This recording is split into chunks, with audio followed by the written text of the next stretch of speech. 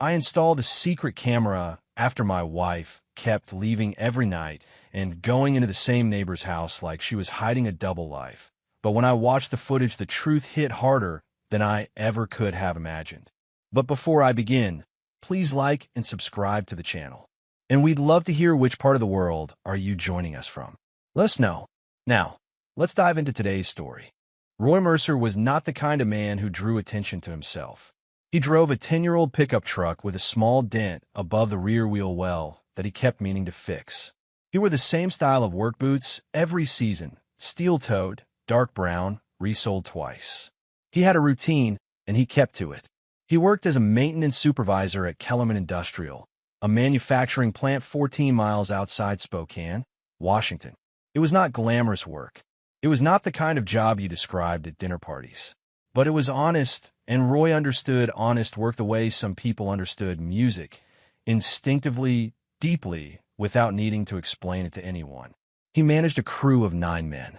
He scheduled repairs, tracked equipment failures, and made sure a facility producing parts for agricultural equipment ran without interruption. When something broke, Roy was the first one called. When Roy arrived, things got fixed. That was the deal, and he had honored it for 11 years. The neighborhood where he and Nancy lived sat 6 miles east of downtown Spokane, in a stretch where pine trees lined both sides of the road and the houses were modest but well kept. Roy had purchased the house 4 years before he married Nancy. It was a 2-bedroom with a covered front porch and a backyard large enough for the vegetable garden he planted every spring. He had chosen it carefully. He had paid for it carefully. And he maintained it the same way he maintained everything in his life, steadily, without drama, without complaint. Nancy Mercer had not grown up with that kind of patience. She had been raised by parents who moved often and spent freely, and she carried that restlessness into adulthood like a piece of luggage she had never learned to set down. When Roy first met her, he had taken that energy for enthusiasm. She was bright and quick-witted and funny in the way that catches a person off guard, and she had a way of making an ordinary Tuesday feel like something worth remembering. He fell in love with that version of her, honestly and completely. But versions change. By their 5th year of marriage, Nancy had developed a vocabulary Roy did not share. She talked about upgrading, the house, the car, the neighborhood, the furniture. She scrolled through real estate listings the way other people scrolled through photographs, searching for something, always disappointed by what she already had. She subscribed to lifestyle newsletters and home renovation accounts, and she framed her dissatisfaction in the language of aspiration, as though wanting more was the same as working toward something. Roy never dismissed her entirely. He talked with her about budgets, about what was realistic, about what 2 people could afford on his salary from the plant, and her part-time work coordinating events for a local venue. Those conversations were patient and practical, and they went nowhere.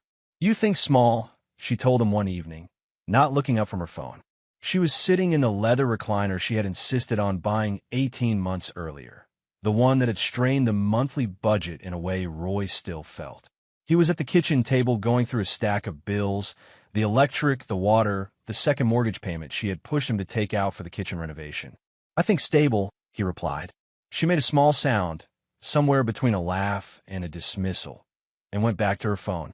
Roy set down the electric bill and looked at her for a moment. She was not looking back. She rarely was anymore. He thought about saying more, then decided against it. There is a particular kind of silence that grows in a marriage when 2 people stop reaching toward each other. Roy had been living inside that silence for a while. He just hadn't named it yet. He gathered the bills into a neat stack, clipped them together, and went to bed. The first time Roy noticed Nancy leaving the house at night, he thought nothing of it. It was a Wednesday in late October. He was in the garage replacing the brake pads on the pickup when he heard the front door open and close. He glanced at the clock above the workbench. 9:47 p.m. He heard her car start. He heard her pull away. When she came back around 11, she told him she had gone to the gym. He nodded and went back to the equipment manual he was reading in bed. He didn't follow up on it. He had no reason to. But it happened again the following week. Wednesday again, a little before 10. And then Thursday the week after. And then twice in the same week, different nights. Roy was not a man prone to suspicion. He extended good faith the way he extended every other resource in his life, carefully but genuinely. 11 years of maintenance work had made him observant, though. He noticed patterns the way a good mechanic notices a sound that repeats at irregular intervals, quietly and without alarm, but with complete attention. And something in the rhythm of his house had quietly changed. He started paying attention. Nancy's explanations shifted as the weeks passed. The gym became running an errand. The errand became meeting a friend. The friend was never named the same way twice. When Roy asked who, she answered the way people answer questions they consider too small to take seriously. Just Patty from work. You don't know her. Roy did not press. He filed the information away. It was a Friday in mid-November when he first noticed the direction she walked. He was on the front porch, a cup of coffee going cold beside him, watching the street because he needed the air after a long shift. Nancy came out at 9:45, jacket on, phone already in her hand. She walked down the front path and turned left. Across the street and 2 houses down, the porch light was on at the Holloway place. Trent Holloway had moved into the neighborhood about 14 months earlier. Roy knew him the way you know most neighbors on a quiet street. By sight, by a nod at the curb, by the occasional "how are you" exchanged over a property line. Holloway was in his mid-40s, divorced, no kids that Roy had heard of. He worked some kind of contracting job that kept unpredictable hours. His truck was there some mornings and gone for days at a time. He was not unfriendly. He was not the kind of man you thought about at all. Roy watched Nancy walk down the sidewalk. He watched her turn up Holloway's front path. He watched her go inside without knocking. He sat there for a long time, the cold coffee in his hand, the pine trees dark and motionless in the November air. He didn't yell. He didn't move. He just sat there, turning over what he had seen, feeling the sharp, quiet edge of it settle in his chest the way a cold draft finds the gap under a door. Not dramatically, not all at once, just steadily, until the cold is simply there. Then he got up, poured the coffee in a yard, and went inside. He ordered the camera online 2 days after the night on the porch. It arrived Thursday afternoon. A small, weatherproof unit with night vision and motion-activated recording that synced directly to his phone. He paid from the personal account Nancy did not have access to, the one he used for tools and work supplies. The purchase looked like nothing. It was nothing, technically, just a piece of hardware. Installing it took 20 minutes. He mounted it above the garage door, angled toward the street. The natural position for a security camera, not worth a second look. The field of view covered the front path, the sidewalk, and a clean line of sight to the Holloway driveway. He tested the footage, adjusted the angle twice, and was satisfied. He mentioned it to Nancy that evening. Added some security coverage. "Good idea," she said, and went back to what she was doing. Roy went into the kitchen, made dinner, and set Nancy's plate on the counter without comment.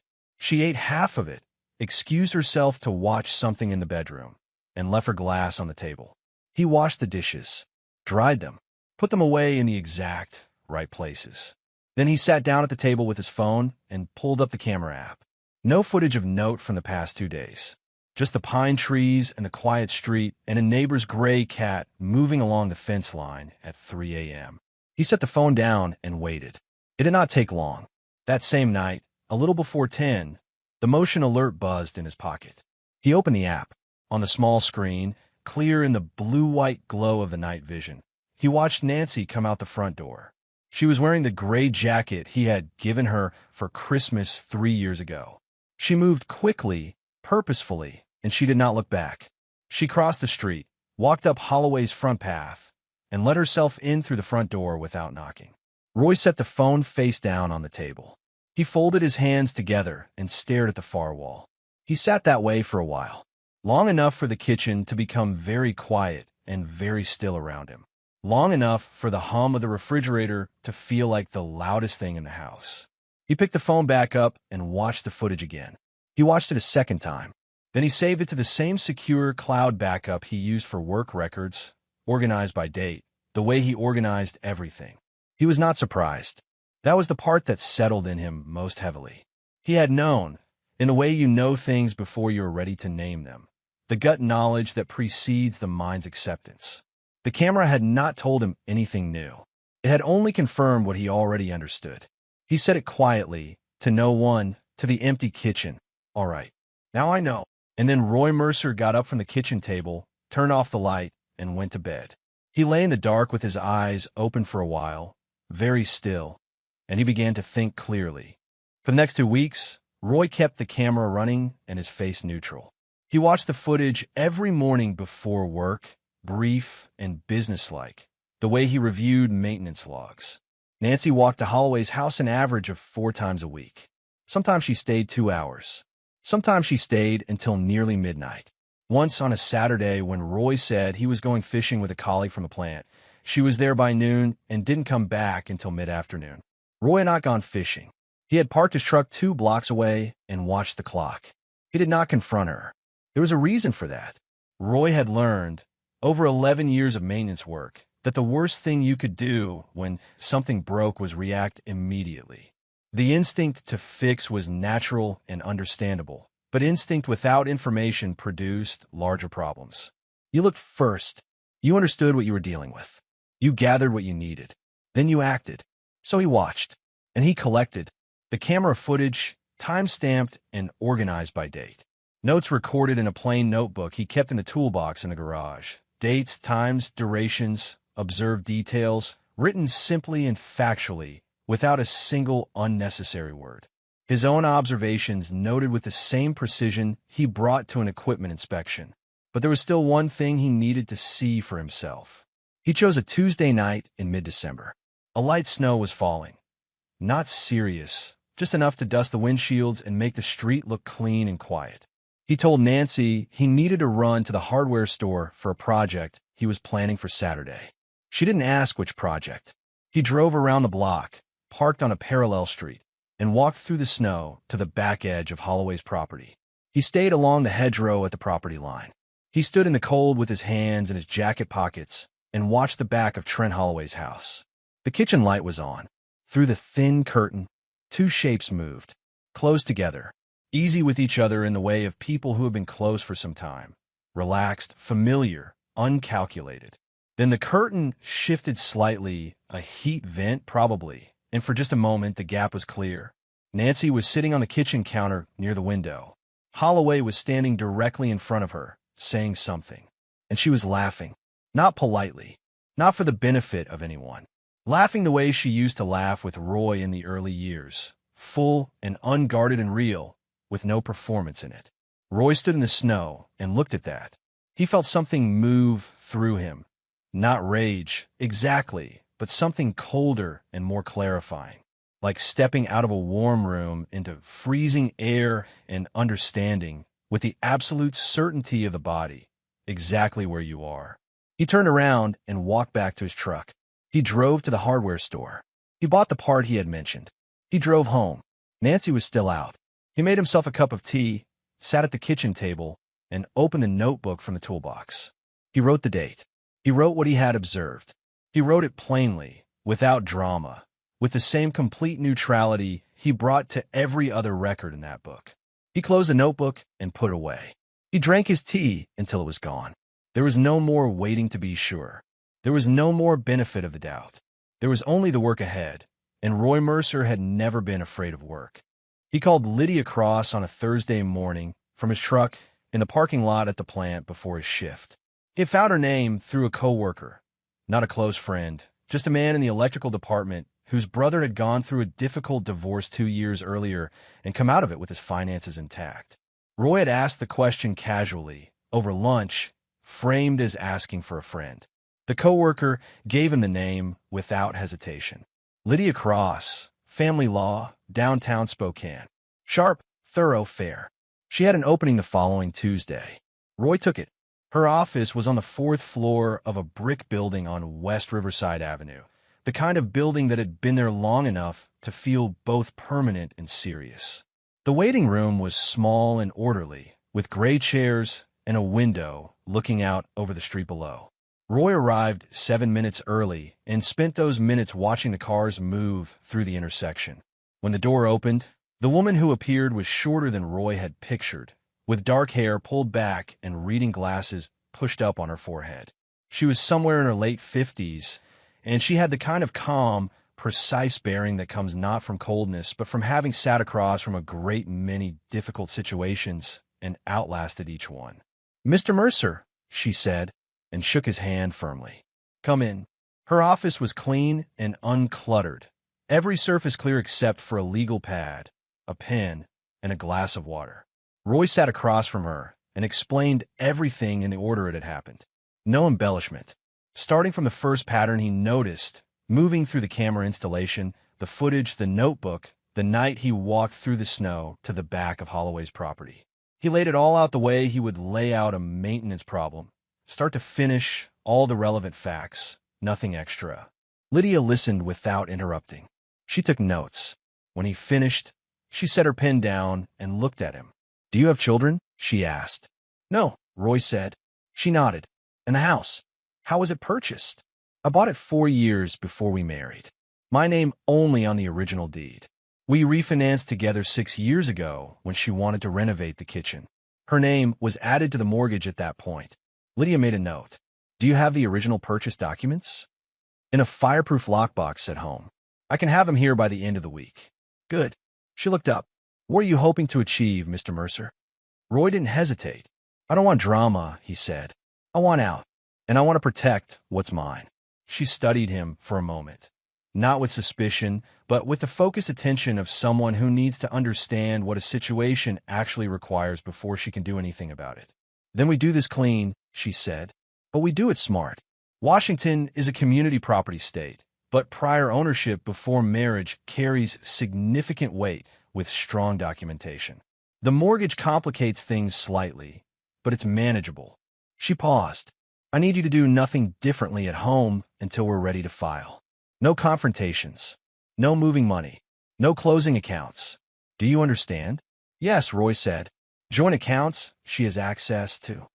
One household account. We each contribute monthly for shared bills.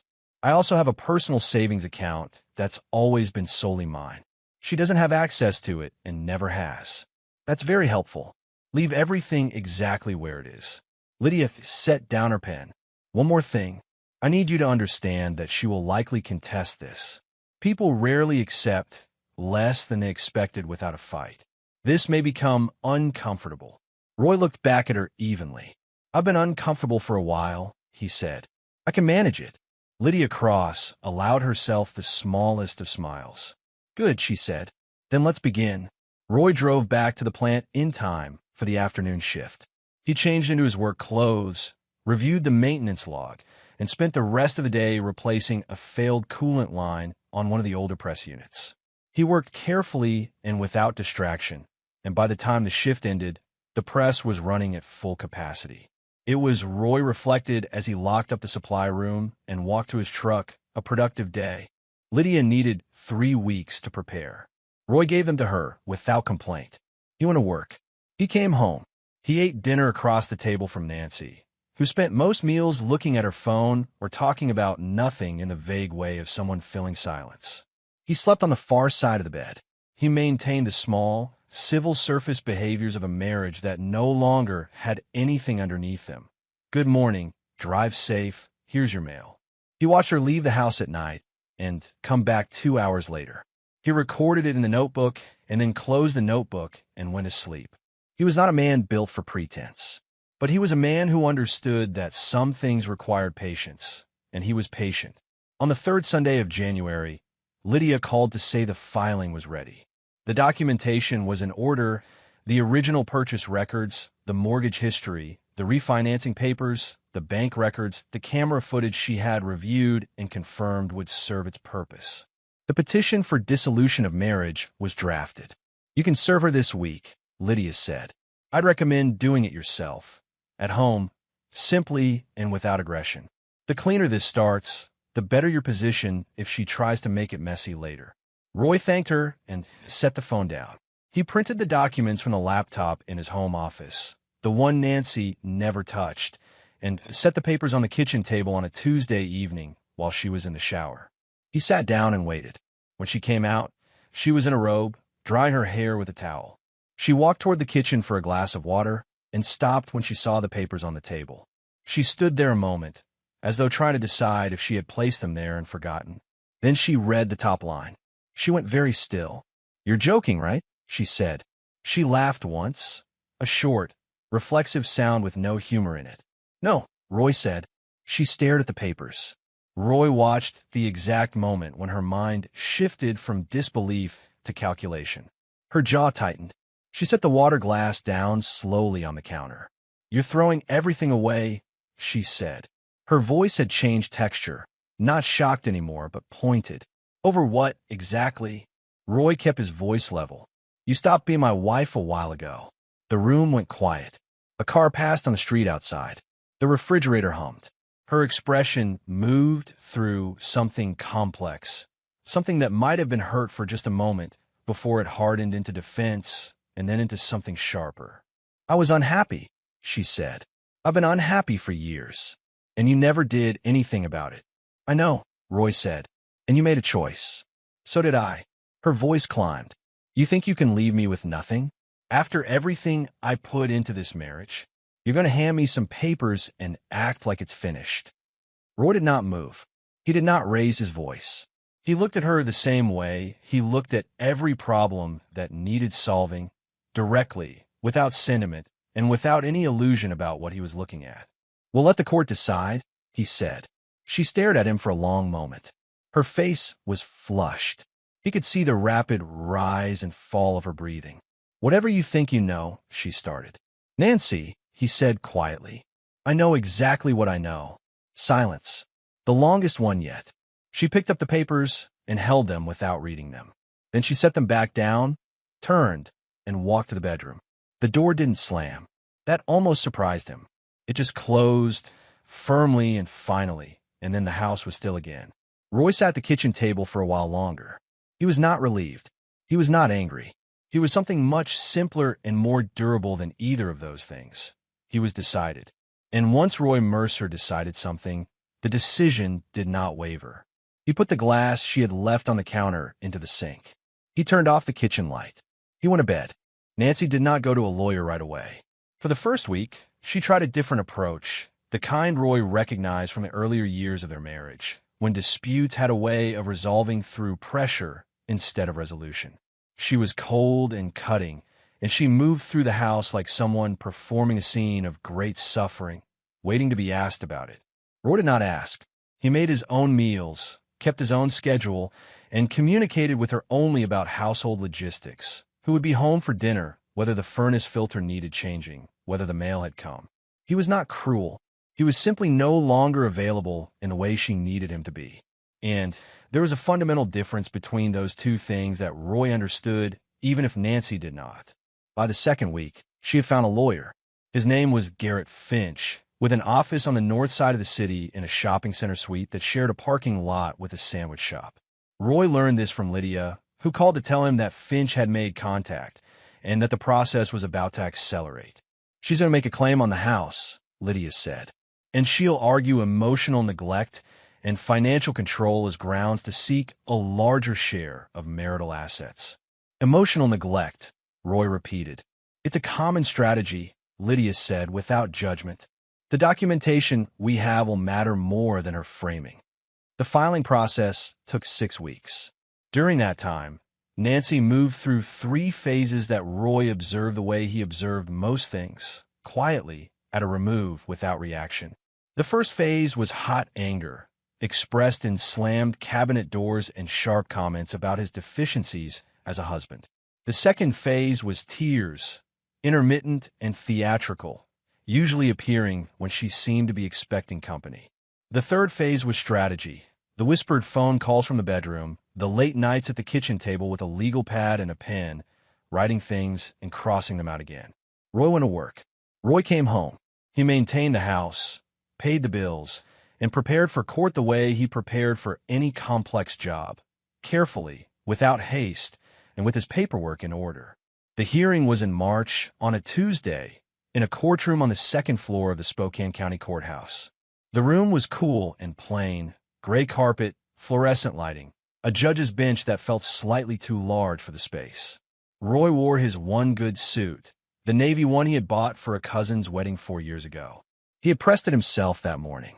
The judge was named Halverson, a man in his mid-60s with a careful, methodical way of working through information that reminded Roy of the senior engineers at the plant, men who had seen enough to know that patience was a tool, not a weakness. Garrett Finch presented Nancy's case with the practiced confidence of someone who had used the same arguments many times before. Nancy had been emotionally isolated. She had been excluded from financial decisions. She had contributed to the household in ways the asset structure didn't reflect. She deserved the house, or a significant portion of its value. She deserved a substantial share of Roy's pension and savings. Nancy sat beside Finch in a dark blouse and spoke carefully when asked to, with the measured earnestness of someone who had rehearsed. She did not look at Roy once. Then Lydia Cross presented Roy's case. She was methodical and unhurried. She laid out the original purchase documents, Roy's name, Roy's down payment, Roy's mortgage, for years before Nancy was in the picture. She presented the refinancing records and showed precisely what Nancy's name had and had not changed about the equity structure. She presented the household financials, every bill, every payment, a complete and unambiguous picture of who had funded what and for how long. Then she presented the camera footage. She did not editorialize. She did not need to. The footage did what footage always does. It showed what happened and when and how many times. Dates, timestamps, a neighbor's front door, a wife who did not knock. When the footage was displayed, Nancy's composure did not collapse dramatically. She didn't stand up or raise her voice, but something in her face shifted, a tightening around the eyes and mouth, the expression of a person watching the story they planned to tell come apart in real time. Finch tried to redirect. Halverson listened. He asked questions. He reviewed the documents with the same careful attention he brought to everything else. When both sides finished, Halverson took a recess. He returned 17 minutes later. He awarded Roy the house, with a buyout provision for Nancy's marginal equity contribution from the refinancing, a figure Lydia had anticipated and that Roy had already set aside in full. Nancy's claim to Roy's pension was denied. Her claim to his personal savings account was denied. The joint household account was split evenly. She received a modest declining monthly payment for 18 months, standard for a Washington divorce of this length. It was not nothing. Roy understood that, but it was a fraction of what she had walked into that courtroom expecting. Nancy stood up from the table as the session ended. Her lawyer was already gathering papers, expression professional and closed. She looked at Roy for the first time since the hearing began, directly, steadily, and with a look he recognized immediately. It was not grief. It was not acceptance. It was an accounting. "You think you won," she said, low enough that only he could hear. Roy looked at her calmly. "I don't think anything," he said. He turned, nodded once to Lydia, and walked out of the courtroom. Outside, the March sky was pale and overcast, the kind of Spokane day that could not quite decide between snow and resignation. Roy stood on the courthouse steps and breathed the cold air for a moment. Then he walked to his truck and drove back to his house. The house that had been his before any of this. The house that was still his. Nancy moved out on a Saturday in April with a rented van and a friend Roy did not recognize helping her carry boxes. Roy was not home when it happened. He had gone to the plant to complete an equipment inspection he had rescheduled twice. When he came back 3 hours later, her closet was empty, her side of the bathroom vanity was bare, and the leather recliner was gone, leaving a square of carpet slightly lighter than the rest of the floor. He stood in the living room and looked at that square for a moment. Then he got the vacuum out, cleaned the area, and went to make dinner. In the weeks that followed, Roy heard things the way you hear things in a neighborhood where people have lived beside each other long enough to notice changes. Not through gossip exactly, but through the ambient information of proximity. A neighbor mentioned it at the curb one morning, offhand. Another, a week later, over the back fence. Trent Holloway had left. The exact timing was unclear, but it appeared to have happened shortly after the divorce filing became public record, a particular kind of timing that, when you considered it, made perfect sense. Whatever Holloway had offered Nancy, or implied he could offer, it had apparently depended on conditions that no longer existed. The private version, the uncomplicated version, The one without courtrooms and camera footage, and a woman whose marriage was dissolving in a very public and documented way. The difficult version was apparently not what he had signed up for. His truck was gone from the driveway. The house went quiet. A rental sign appeared in the yard by mid-April. Roy noted this with the same steady attention he brought to everything. Not with satisfaction. Satisfaction implied he had been looking for something to feel good about. He had not been looking for anything. He was simply watching the world arrange itself into its natural shape. Nancy was renting a small apartment on the north side of the city, Roy heard. The monthly settlement payment was enough to cover the basics, barely. The events coordination work was part-time and had been cut further over the winter. She had been counting on different circumstances, on the house, on Roy's savings, on a number of things that a Tuesday morning in a Spokane courtroom had removed from the equation. Mutual acquaintances stopped calling, one by one, the way mutual acquaintances do when a situation becomes uncomfortable to be near. Roy knew this not because anyone reported it to him, but because he understood how proximity worked, had watched it operate in other people's lives, and felt no need to be surprised by it. He was not glad she was struggling. He was not engineering it or hoping for it. He had stopped thinking about Nancy Mercer the way you stop hearing a sound after it has been gone long enough. Not deliberately, but naturally, as the silence fills back in. He tended his garden that spring. The vegetable beds had fallen behind during the worst of the divorce proceedings, and he spent 3 weekends in April and May getting them back in shape. He turned the soil, added compost, planted tomatoes and peppers, and 2 long rows of green beans. He fixed the back fence where 2 posts had shifted over winter. He resealed the driveway. He replaced the dripping bathroom faucet he had been meaning to get to for 4 months. He got to it. It was a Tuesday night in late June when it happened. Roy had been asleep since around 10:30, the deep, unguarded sleep that comes to men who work physically and who have no great anxieties keeping them awake. His bedroom window was open an inch, the way he kept it from late spring through early fall. The night air was warm and smelled like pine and dry grass, and somewhere down the block a wind chime moved once and then went still. He heard something at 1:17 a.m. He knew the time because he looked at the clock the instant he woke, a habit built over years of being the person called for nighttime emergencies at the plant. The sound was at the back of the house. A faint metallic click, then silence. Then the soft, deliberate pressure release of the back door moving in its frame. Roy was on his feet before he had consciously decided to stand.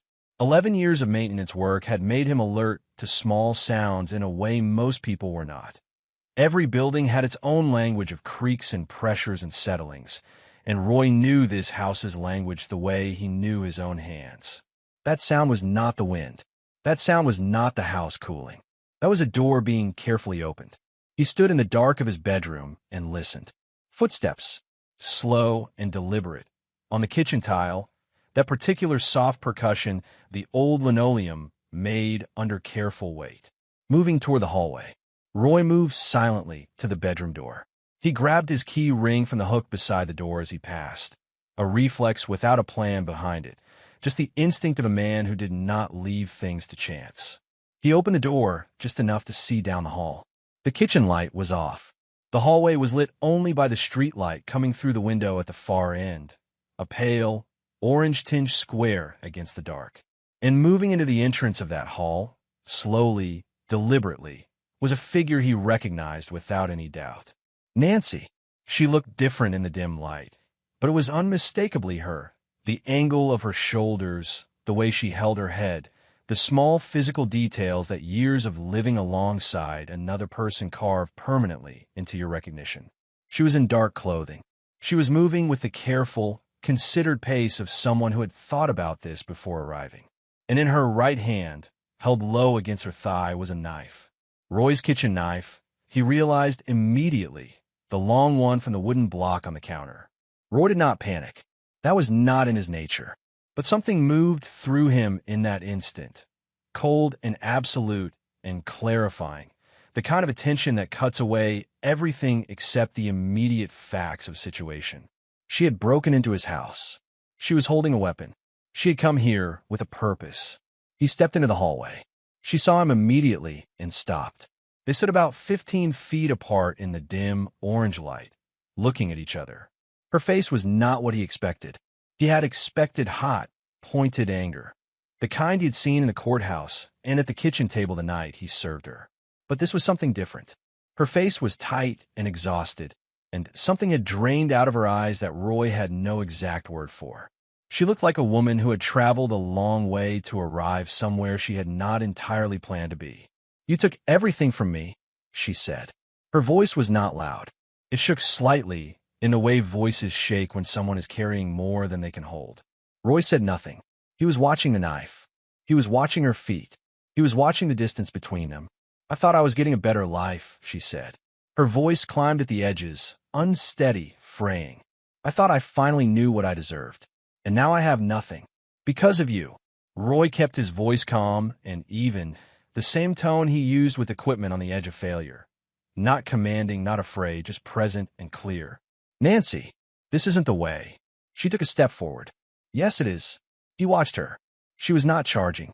She was working herself towards something in real time, convincing herself in the very act of speaking. That made her harder to read than simple rage. Rage had a direction. This had momentum without a clear destination. Roy began to move backward, slowly and steadily, toward the front of the house. He did not rush. He did not take his eyes from her. He spoke in the same measured, unhurried voice. "Whatever you're thinking," he said, "this makes everything worse for you. You understand that." She didn't answer. She took another step. The knife was still low at her side, but her grip on it had changed, tighter now, the knuckles pale even in the dim light. Roy reached the front door. He found the handle without looking, turned it, and stepped backward through the doorway in a single fluid motion. He pulled the door shut behind him and locked it with the key he was already holding. He stood on the front porch in his bare feet. The boards were cool under him. The June night was warm and very quiet. A moth circled the porch light above the door. Roy's hands were steady. He called 911. The dispatcher answered in 2 rings. Roy gave his address, his name, and the situation in the order they needed it. An intruder in the house, female, approximately 5'4", dark clothing, in possession of a kitchen knife.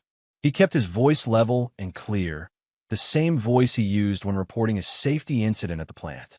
Factual, concise, no wasted words. "Are you in a safe location, sir?" "I'm outside. Front porch. The door is locked." "Can you see the intruder?" "No. I'm outside. Stay where you are. Officers are on their way." "Understood," Roy said. He stood on the porch and watched the street. The June night was still and warm, the pine trees dark against the sky that held just enough ambient light to see by. A dog barked somewhere a block away and then went silent. Roy watched the end of the street. Inside, there was silence. He did not try to learn what she was doing. He stayed on the porch, exactly where he was, exactly as instructed. The first cruiser arrived 4 minutes and 30 seconds after he made the call. He watched the timer on his phone. A second unit arrived 30 seconds behind it. The officers were efficient, and Roy met them at the front steps and gave a brief, clear account, starting from the moment the back door sound woke him. He showed them the camera footage. The back door camera had captured her arrival. The side unit had caught her at the window before she entered, and they reviewed it quickly and confirmed what they needed. 2 officers went around the side to the back. The others stayed at the front with Roy. He waited on the porch. Nancy had not attempted to leave. When the officers entered through the back door, she was standing at the kitchen counter with a knife lying flat on the surface in front of her. She was crying when the second officer came through the doorway. Not the theatrical kind Roy had seen during the divorce proceedings, but something quieter and more depleted, the crying of a person who has reached the far inner road she chose and found that the end looked exactly as it looked. She did not resist. She answered the officer's questions in short, flat sentences. She let them walk her outside. She looked at Roy once as they passed the porch. He looked back. There was nothing he wanted to say. There was nothing she could have said that would have changed anything. He watched them put her in the cruiser and close the door. Then he looked away, because there was nothing left to see. One of the officers took a full statement from him on the porch, then inside, going over each detail methodically. Roy answered every question accurately and without embellishment. He signed the statement. He shook hands. He watched the cruisers pull away from the curb one by one until the street was quiet again. Then he went back inside. He locked the back door. He stood in the kitchen for a moment. The knife was gone, taken as evidence. There was a small scratch on the back door frame where the lock had been worked. Roy ran his thumb along it, estimating. A little wood filler. A little paint. 20 minutes, no more. He got a glass of water, drank it at the sink, and went back to bed. The charges were breaking and entering and criminal threatening with a deadly weapon. Roy received confirmation from Lydia Cross the morning after. She had called to ensure he was fully aware of his rights and options as the affected party. Given the documentation, the camera footage, your statement, the physical evidence at the door, this is a straightforward case, Lydia told him. There is very little she can argue her way out of. I know, Roy said. Do you want to be contacted if she attempts to negotiate a plea? Roy considered that for a moment. No, he said. Let the court handle it. He did not contact Nancy. He did not answer her calls. She called twice from the county facility, both times from a number he did not pick up, both times leaving no message. A letter arrived 3 weeks later, handwritten, the envelope looking as though it had been worked over several times before being sealed. He could guess at its contents well enough. He set it aside without opening it. He was not in the business of reopening what was closed. The legal process moved at its own pace, the way legal processes do, methodical, slow, and indifferent to anyone's sense of urgency.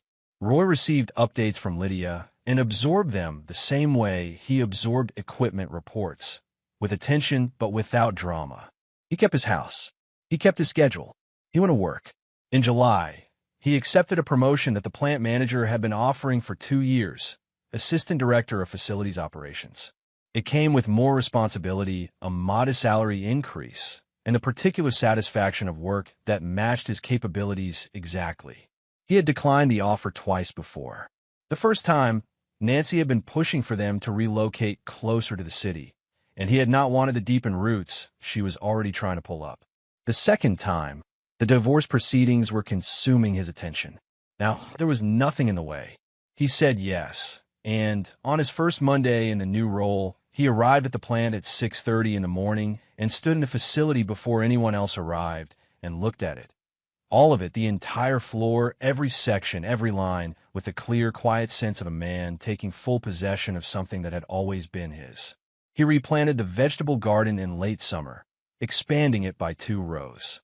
He added a raised bed along the south fence for strawberries. He rebuilt the tool storage system in the garage, a proper maple workbench with pegboard backing and organized storage, the kind he had wanted for years and had always deferred. He spent 3 weekends on it, working correctly without rushing. In September, an envelope arrived from the court.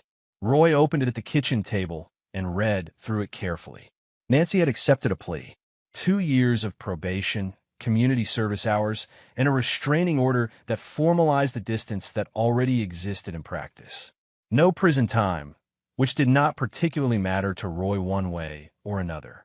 What mattered was that the legal chapter was finished. The paperwork confirmed what had been true for some time. She was out of his life, and the mechanisms of consequence were doing the work they had been built to do. He filed the envelope in the lockbox with the rest of the documents from that period, the divorce papers, the camera logs, the court records. He organized them by date and set the box back in its place. Someday he might dispose of them. For now, he kept them the way a man keeps evidence of a difficult repair, as a record of what had been broken, what it took to fix it, and what he was capable of. On a Friday evening in early October, Roy came home from work, changed out his clothes, and went out to the backyard. The evening was cooling. The sky above Spokane had gone the particular shade of deep blue it gets in fall, after the summer heat has let go and the air carries that clean, dry quality that hints at winter coming. The pine trees at the back of the yard stood dark against that sky. The vegetable garden had been cleared and composted. The new fence post stood even and straight along the property line. Roy sat down on the back steps and looked at his yard. He was not thinking about Nancy. He was not thinking about the courthouse or the camera footage or the night she had come through his back door holding a knife. He was not thinking about Trent Holloway or Lydia Cross or the letter he had set aside unopened.